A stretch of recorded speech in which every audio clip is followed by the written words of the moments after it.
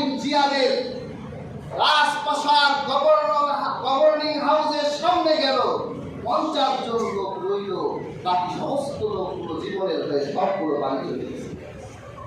গড়া দিল 12,000 লোক নিয়ে, পরে বউরা সব রাস্তায় চলে এসেছে। উবাইদুল্লাহ বিন জিয়াদ লোক ভালো না, ও আমার স্বামী, তুমি যেও না, আরেকজনের জন্য জীবন দিবা কেন, এইরকম প্রচলনায় পড়ে শেষ পর্যন্ত 12,000 লোকের মধ্যে মানুষ টিকল মাত্র 50 জন, বাকিগুলো সব ঘরে চলে গেছে। এই হলো জীবন দেওয়ার কর্মী। এরকম কর্মী থাকলে ওই দল আর কাউ খাওয়া লাগে না, ওই দল এমনি পেয়েছে। উবাইদুল্লাহ বিন জিয়াদের সাহস তো বেড়ে গেছে, এই 50টা লোক নিয়ে নির্মম নির্যাতন করা হলো মুসলিমদের আকিলকে। তাকে এত নির্মম ভাবে তার পিপাসা লেগেছিল, মৃত্যুর আগে তার শরীর থেকে রক্ত ঝরছে। মৃত্যুর আগে উবাইদুল্লাহ বিন জিয়াদকে বলেছিল, আমাকে 1 গ্লাস পানি দাও, আমি পিপাসায় আমার বুক থেকে যাচ্ছে। ওরা রসিকতা করলো আল্লাহর হাবিবের এই নাতির সাথে। ওরা রসিকতা করে কিছু একটা গ্লাসে কিছু পানি আর রক্ত মিশিয়ে শরবত বানায়া বলে, না এই পানি খা। উবাইদুল্লাহ বিন জিয়াদ আর ইয়াজিদের সাথে দুশমনি করলে এই পানি ছাড়া অন্য কোনো পানি করা হতে পারে না। মৃত্যু লাগে তিনি অনুমতি চাইলে, আমাকে একটা চিঠি লেখার অনুমতি দাও। আমি তো এই কুফার মানুষের আবেগ দেখে আমার চাচাতো ভাই ইমাম হুসাইনকে এই দেশে আসার জন্য আমি চিঠি লিখে দিয়েছিলাম, তোমরা আমার একটু সুযোগ দাও, আমি আরেকটা চিঠি লিখে যাই যে আমার ভাই যেন এই কুফায় না আসে। এই গাদ্দারদের কাছে আসলে তার বাবা আলী যেভাবে শহীদ হয়েছে, তার ভাই হাসান যেভাবে শহীদ হয়েছে, এই গাদ্দাররা তাকেও শহীদ হয়েছে। কারো মনে দয়া হয় না একটা চিঠি লেখার জন্য, একজনের মনে একটু দয়া করো, একটু সময় দিলেন, তিনি চিঠিটা লিখলেন। তারপর একজন বার্তাবাহক তাকে লিখে বলতো, ভাই এই শহরে আমার পরিচিত কেউ নেই, তবে আমার মায়ের আত্মীয়র সাথে তোমাদের একটা আত্মীয়তার বন্ধন আছে। আমি সেই বন্ধনের কসম দিয়ে বলছি, এই চিঠিটা আমার হুসাইনের কাছে পৌঁছে দিও। তিনি যেন এই শহরে না আসে, তিনি আসলে তাকে ওরা হত্যা করবে, তার রক্ত তারা ছড়িয়ে ইমাম হুসেনের কাছে প্রথম চিঠিটা গিয়েছিল।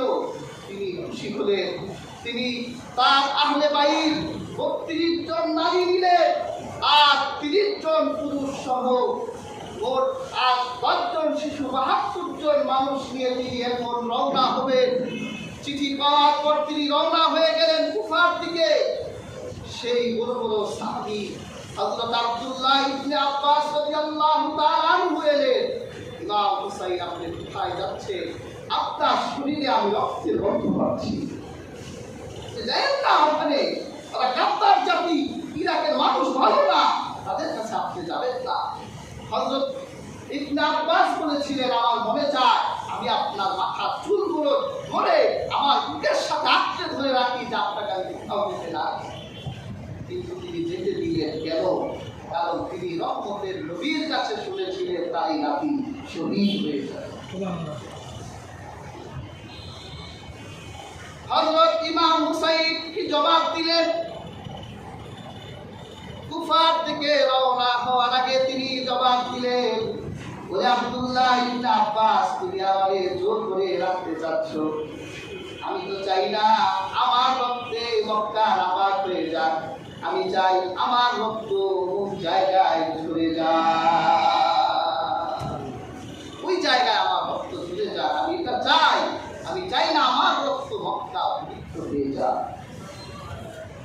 হযরত ইবনে ওমর বাধা দিলেন, 2 হাত সামনে দিয়ে তিনি বাধা দিলেন, আপনি ইরাক যাবেন না, আপনি কুফায় যাবেন না। তিনি বিদায় বেলা হযরত হুসাইনকে একটা শব্দ দিয়ে বিদায় দিয়েছিলেন, আস্তাউদিউকাল্লাহু মিন মাকতুল, ও শহীদ, আমি তোমাকে আল্লাহর কাছে ছেড়ে দিলাম। তাহলে সবাই জানতো ইমাম হোসেনের এই যাওয়া শেষ যাওয়া। তিনি আর কোনদিন মদিনা মুনাওয়ারায় তার নামাজ রওজার সামনে তিনি আর দাঁড়াতে পারবেন না। তিনি আর কোনোদিন মক্কার পবিত্র শহরে আর কোনোদিন হজ করতে পারবেন না।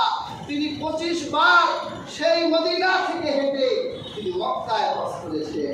তিনি মক্কার এত দাম দিতে, মক্কাকে এত কদর করতে, সেই ইমাম হুসাইন 10 জন শিশু, 30 জন নারী আর 32 জন পুরুষ নিয়ে তিনি যখন রওনা হয়ে গেলেন, তিনি যখন প্রায় তুফান কণ্ঠে পৌঁছে গেছে, ওই যে কসম দিয়েছিলেন চিঠিটা ইমাম হুসেনের হাতে পৌঁছে দিও, দ্বিতীয় চিঠিটা যখন ইমাম হুসাইনের কাছে আসলো, তিনি রাস্তায় সংবাদ পেলেন এই তুফান ডাক্তারগুলো তার চাচাতো ভাই মুসলিম বিন আকিলকে হত্যা করে ফেলেছে।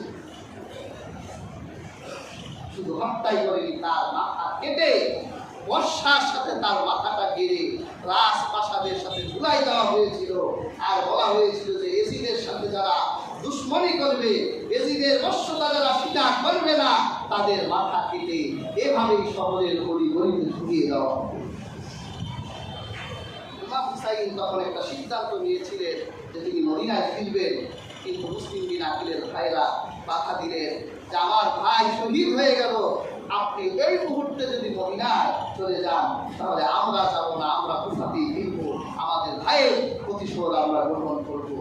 আর হাজিরিন, কিন্তু ইমাম হুসাইন রাদিয়াল্লাহু তাআলা এই পরিস্থিতিতে তিনি বাধ্য হলেন আবার কুফা থেকে রওনা। হাজিরিন, সময় তো বেশি নেই, এই জন্য আজকে এই পর্যন্তই রাখলাম। তবে আজকে আমাদের এশার নামাজের পরে ইনশাআল্লাহ আমরা কোথায় কারবালার উপর এরপর থেকে ইনশাআল্লাহ আলোচনা করব। আল্লাহ তাআলা তৌফিক দান করুন। আরেকটি বিষয় আপনাদের কাছে অবগতর জন্য, আমাদের মসজিদের আইপিএস এবং ব্যাটারিটা নষ্ট হয়ে গেছে। তো প্রায় 32,000 টাকার মতো খরচ হয়েছিল। আমাদের পুরান ব্যাটারিটা 7,200 টাকা, এই বাবদ প্রায় 25,000 টাকার মতো আমরা ঋণগ্রস্ত আছি। আপনারা যদি আমাদের সাথে সহযোগিতা হতে চান, অনেকেই